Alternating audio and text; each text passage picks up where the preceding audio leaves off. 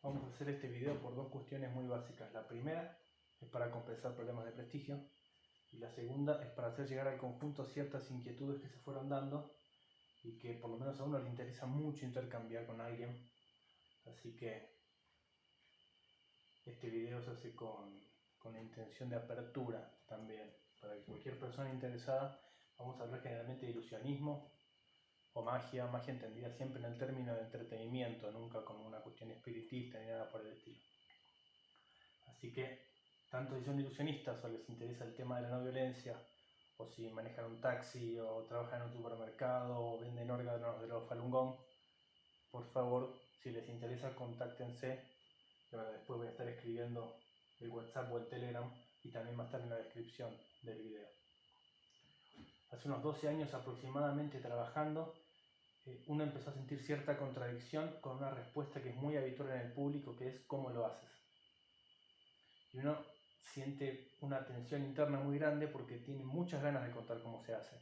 Porque generalmente el mundo interno del efecto es mucho más rico que lo que la persona ve. Entonces, el problema es que si uno cuenta el efecto, la sensación de imposible desaparece. Entonces, ahí se empezó a generar un conflicto interno. Ese conflicto hace que uno deje el oficio, pero que siga estudiando y que y la conciencia sigue dando vueltas con el tema desde hace años, y aparentemente no encontré la respuesta definitiva, pero sí una vía que pueda resultar de interés. Como el oficio se basa en el oscurantismo, necesita de la ignorancia del otro, esto no habla mal del oficio de ninguna manera, no estamos acá para hacer un juicio de valor, simplemente se describen mecanismos. Ese oscurantismo no está tan bueno. Entonces lo llevé al intercambio hace muchos años con algunos colegas que me dijeron que bueno, que no había mucho problema con ese tema, porque cuando uno ve un show de un músico, ignora los mecanismos que usa ese músico, lo mismo pasa con un libro o con una película. El problema es que cuando uno conoce los mecanismos internos, por ejemplo, de una película, puede que hasta disfrute más de la obra al conocer toda la complejidad que lleva. Lo mismo puede pasar con un guitarrista. Cuando uno se entera que Paco de Lucía toca recontra mil semifusas, eso hace que uno pueda apreciar desde otra perspectiva también la obra. Bueno, con este oficio eso no pasa. A lo largo de los años aparecieron varios intentos. El primero fue de explicar, porque acá estamos hablando de magia de cerca, se puede aplicar a cualquier tipo de rama, que es la que necesita que el espectador esté a muy poca distancia de uno para ver lo que sucede.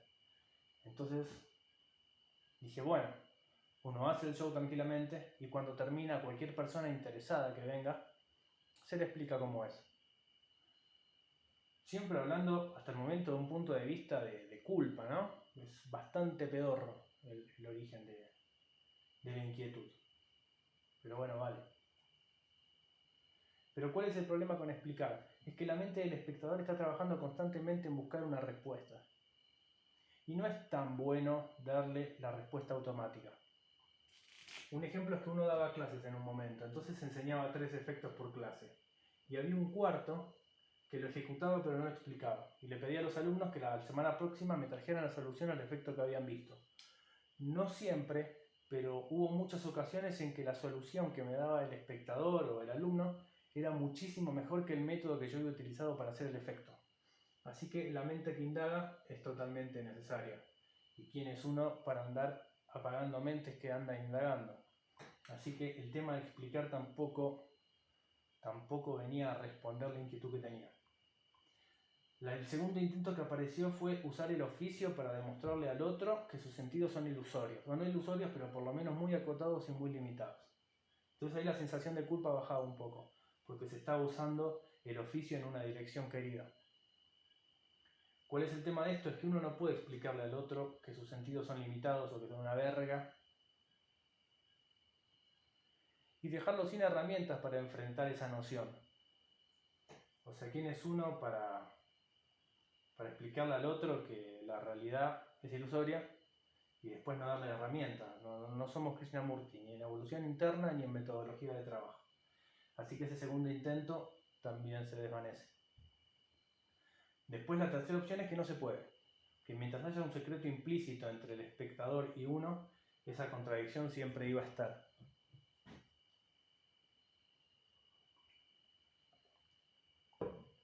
Entonces ahí apareció una desilusión muy grande.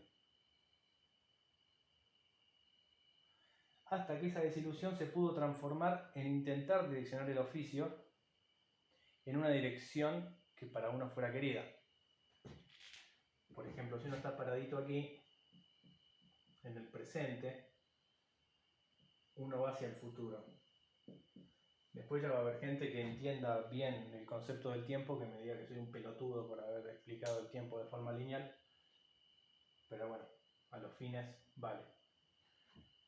Entonces, así como si yo agarro a un niño y todos los días le parto palos en la cabeza, seguramente cuando crezca le parta palos en la cabeza a los demás.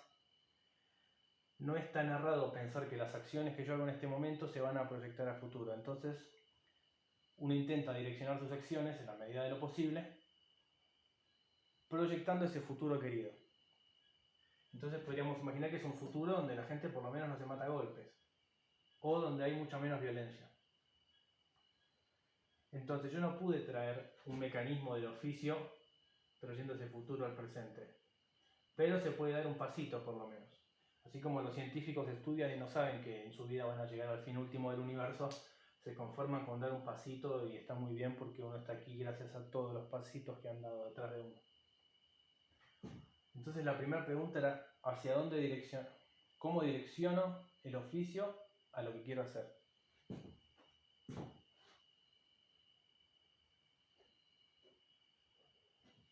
Entonces la primera pregunta es, ¿uno quiere entretener? Entendiendo el entretenimiento como desviar de lo verdaderamente importante. Y la cosa es que no.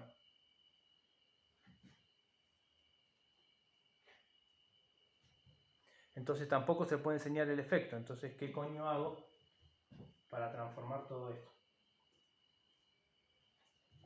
El segundo problema que apareció es el aplauso. Uno ejecuta y la gente lo aplaude a uno, que es algo cultural. Entonces uno no le puede pedir al otro que aplauda, porque el otro puede venir y decirme ¿quién verga te crees que eres para decirme a mí lo que yo tengo que hacer? Y va a tener toda la razón del mundo en responder de esa manera. Pero sí pasa que si uno está aquí trabajando para otros, entendamos esas dos curvas como los demás, yo cargo al espectador con una tensión interna que hace que el espectador se ría. Por eso hay momentos de distensión en los efectos, hay momentos de tensión y distensión. Pero yo cargo de energía a los espectadores y los espectadores me devolvían en aplausos toda la energía que yo había intentado acumular en ellos. ¿Para qué quería, en qué quería que usen esa energía? Ellos verán, es un tema de ellos, no de uno ni de lo que estamos tratando acá. Pero sí no parecía tan bueno trabajar sabiendo que la respuesta iba a ser esa. Porque estaba haciendo que los demás funcionen como dínamo. Si había 100 personas para las que trabajar, uno entregaba un poco de energía y recibía 100. Era como una especie de vampirismo energético, o así por lo menos lo percibía uno. Entonces, ¿cómo hago para que no aplaudan? Y tampoco se puede hacer eso porque está muy arraigado el concepto. La gente lo tiene como un agradecimiento, no sé. Es muy difícil, para uno por lo menos. Entonces apareció una posibilidad que es la... En este momento el oficio ha avanzado tanto que uno puede hacer que desaparezca este bolígrafo puesto sin que uno intervenga. Este bolígrafo se puede transformar en otra cosa sin que yo ni siquiera toque nada.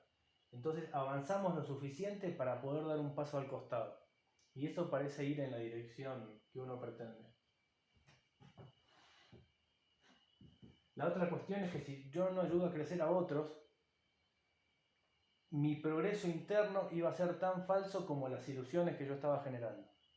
Entonces era la otra pregunta, ¿cómo hago para ayudar a otros a crecer?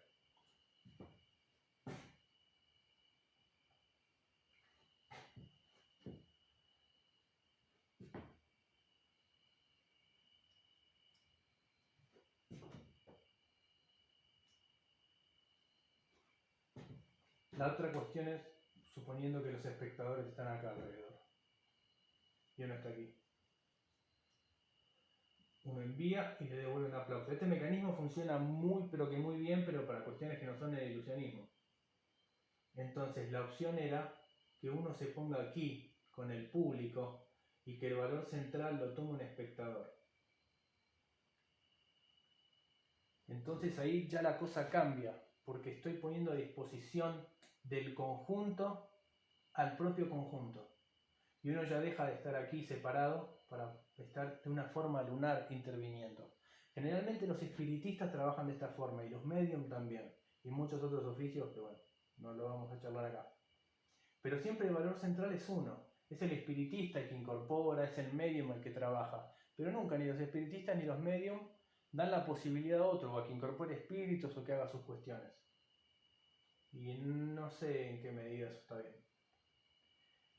Entonces, con la evolución que tuvo el oficio hasta ahora, yo puedo estar al costado interviniendo siempre, porque si la gente va a ver un show, de todos modos no espera hacer ella las cosas.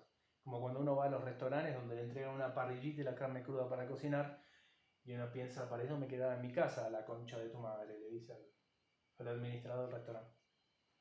Entonces, uno al tomar un lugar secundario, ya la cosa cambia totalmente. Ya el show podría ser a disposición de la gente y para la gente, y los aplausos ya no irían a uno, sino a un espectador. Y ese espectador estaría enviando energía a los demás y se estaría dando un sistema de retroalimentación muy superior al miren lo que hago, aplaudan, etc.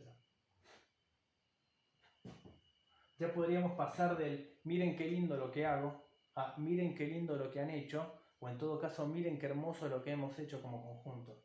Y ese horizontalizar la cuestión es aparentemente un intento que vale la pena seguir trabajando.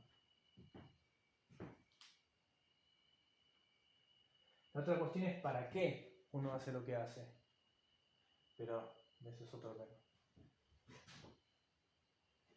Entonces la cuestión de este video es que si hay alguien interesado en llevar a cabo este método no es mejor ni peor de los que ya están. Como dije antes, no estamos haciendo un juicio de valor de los métodos. Tampoco se cree que sea violenta la gente que ejecuta este oficio. Yo no me he encontrado ni a una sola persona que me ha dicho, a mí me gusta darle la cara a estos pelotudos como aplauden como perros. Nunca he encontrado a alguien que me haya dicho eso.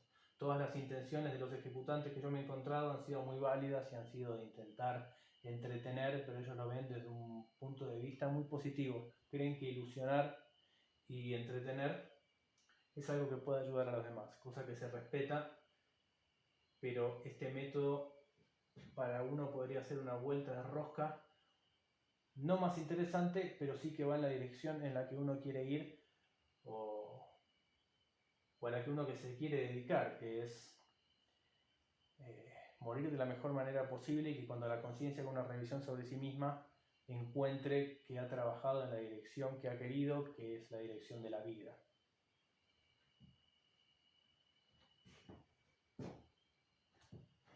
De esta manera,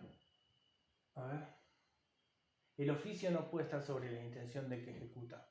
Y si el que ejecuta tiene que modificar las reglas, mientras no lastime a nadie, por ahí vamos. Así que si son ilusionistas y conocen efectos en los que todo lo haga el espectador, si bien uno puede hacer un cambio de baraja o puede hacer una mínima técnica cuando explica alguna cuestión, pero dejarle todo servido para que el otro haga algo. Un ejemplo son los fuera de este mundo, que los puede hacer el espectador, que para la gente que no está en el tema, se mezcla una baraja y se le pregunta al espectador si la carta es roja o es negra. Y las que él considera que son rojas se ponen aquí, las que son negras aquí, y luego se dan vuelta y adivinó todas las posiciones donde iban.